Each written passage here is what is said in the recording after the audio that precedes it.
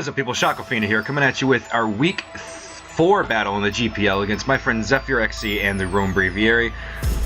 Just from team preview here, I'm very surprised he didn't bring the Salamans. I'm actually very happy he didn't bring the Salamans because it really just tore apart my team. You know, outspeeding my Mega Altaria, hitting with some maybe like an Ice Fang, doing a lot of damage that way. EQ on the Heatran, EQ or Fire Blast on the Scolipede, Fire Blast on the Chestnut, and the outspeed on the Kecleon, which would just ruin my day that way as well. So I'm very happy the Salamans didn't get here today. But the rest of his team is very, very threatening. P2 with the knockoff should be okay, as long as I get the Eviolite off there. His team's actually very weak to knockoff. Of course, he has the P2 with the Eviolite. Mew is weak to knockoff, as well as the Jellicent.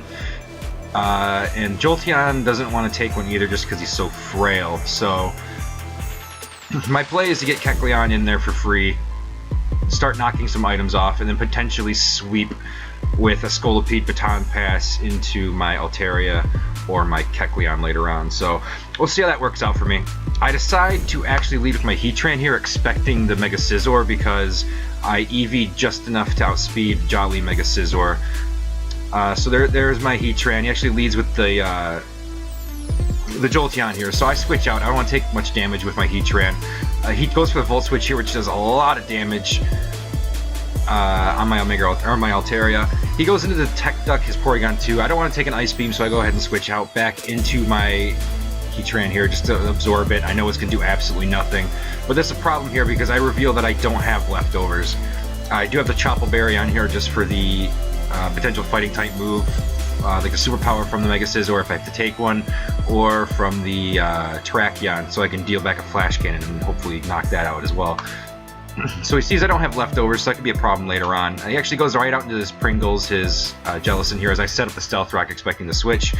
I can't stand in this thing, obviously, so I go into my Vaporeon. As he makes a nice play, goes right for the Toxic, which is okay. Vaporeon doesn't really do too much in this matchup anyway, so he just goes for the Taunt, so I can't go for my own Toxic. And that's a problem because I can't do anything. I can't touch this thing with my Vaporeon. I only have Scald and Ice Beam, and this thing just walls both, and he knows that, so he goes enough right for another Toxic. Another great play there, as I can just go for a free knockoff here and hit the Porygon 2 upon switch in. If he would have stayed with the Jellicent, it would have done a tremendous amount of damage, got rid of its leftovers, and then this obviously loses the Eviolite because of the knockoff. So that's what I want to do. That was my game plan. Get in here, knock off items, and make him really start to hurt with Kecleon doing good amount of Life Orb damage against him. So he goes right back out into his Scizor here. It is not Mega Evolved yet, so he does not want to take that knockoff. It brings him down to actually surprisingly low amount of health. And we are EV'd outspeed this thing. Actually, yeah, I think we are EV'd outspeed this thing. But he goes for the Defog there on my Sucker Punch. Actually, no, we're not. That's right, I was EV'd outspeed the Porygon 2. He actually goes for the Agility there, and I just go for the Fire Punch, expecting him to probably U-turn and knock me out. But Fire Punch goes off, and we actually take out the Mega Scizor with our Kecleon, so that's absolutely okay. As he goes right out into his Jolteon here, and I just answer with my Heatran. I just eat up this Volt Switch. Heatran's a lot less useful now that Mega Scizor is gone. And he'll go out into his Jellicent here, and I'll get my Stealth Rock back up since his Defogger's gone, so that's okay. I go for the Dark Pulse just to do some damage to this as he goes for the Scald and almost takes us out there. But again, that's fine because Heatran really doesn't have much purpose in this match, but I do switch out to save it later for a sack. And I tried to eat up a Scald there to get some recovery on our Vaporeon, but unfortunately he goes for the Recover, so good play there by Zeph again. And again, he goes for the Taunt. As I try to Wish Up here. And now I expected the switch, but I also didn't want him to go for another Toxic, so I went for the Ice Beam. I know that he wouldn't take any damage after leftovers, but I didn't want to start taking Toxics on everything, so I decided to stay in there and eat up this Scald from the Water Absorb as I just go for another Ice Beam. I want him to make the switch. I don't want to switch out myself, so now that I'm sure I completely wall this thing and my Taunt's ended, I'm going to switch out expecting another Taunt. As he goes for another Taunt on my Chestnut here, so I make a good play there. Nice little switch on him, and he goes for Toxic Cure on Crabapple, honestly, and this Wood Hammer just drops him like a rock. So I'll take the Toxic on this all day. It really doesn't do a whole lot. anymore, especially since Porygon 2 is very, very weakened without the Eviolite. He sends in his Mew. I don't want to stay in on that. I just go right back out into my Vaporeon. It is my special wall this match, so he goes for the Psyshock, and it drops me below half after toxic damage. And there's another taunt, so he's double taunt. That really kind of threw a wrench into my plan. I was going to go for the Wish there, but that's absolutely fine. I just let my Vaporeon go down here and get off a nice little Scald there on the Mew, do a quarter of his HP. So that double taunt really stopped my Vaporeon there. I really wasn't expecting that, so that's great bring on Zeph's part. But I do bring out my Scolipeder and just SD up as he goes for the Roost. I don't know why he went for the Roost. I really don't. But I get the SD up, I go for this, I get the speed boost, and he just sacks this thing. And Mew goes down to 1 Mega Horn. Scolipede's just too powerful. Get my speed boost up. Now this is Baton Pass Scolipede, and right here I could have made the play out to Chestnut, but at this point Chestnut was about 60% and he had toxic damage, and I didn't want to take potentially two hits from this Terrakion. If this thing is Scarf, then I believe it outspeeds +2 speed Chestnut, and if he hits me with 2 EQs plus toxic damage, that might be enough to take me out. And I just thought, I have the Sash on my Scolipede here, so I'm going to stay in and just protect here to see what he wants to do. He goes for the Stone Edge. And I just go for the Mega Horn here. I mean, I calced it as a 2-hit KO. He hits the Stone Edge here, it brings me down to Sash. I figured I could just kill this thing the next turn if I need to. Really wasn't worried about it. And I missed the Mega Horn here, which really sucks. And he goes for Aerial Ace here. So I'm really happy I didn't go out into my Chestnut, because he turned out not to be Scarfed and he was able to switch up his moves. He was actually predicting the Baton Pass out to the Chestnut there, and going for the Aerial Ace would have definitely knocked me out. So that Mega Horn miss was really unfortunate though. I would have taken out this thing and I would still have my Scolipede to Mega Horn and kill something else. I would have swept the Scolipede basically.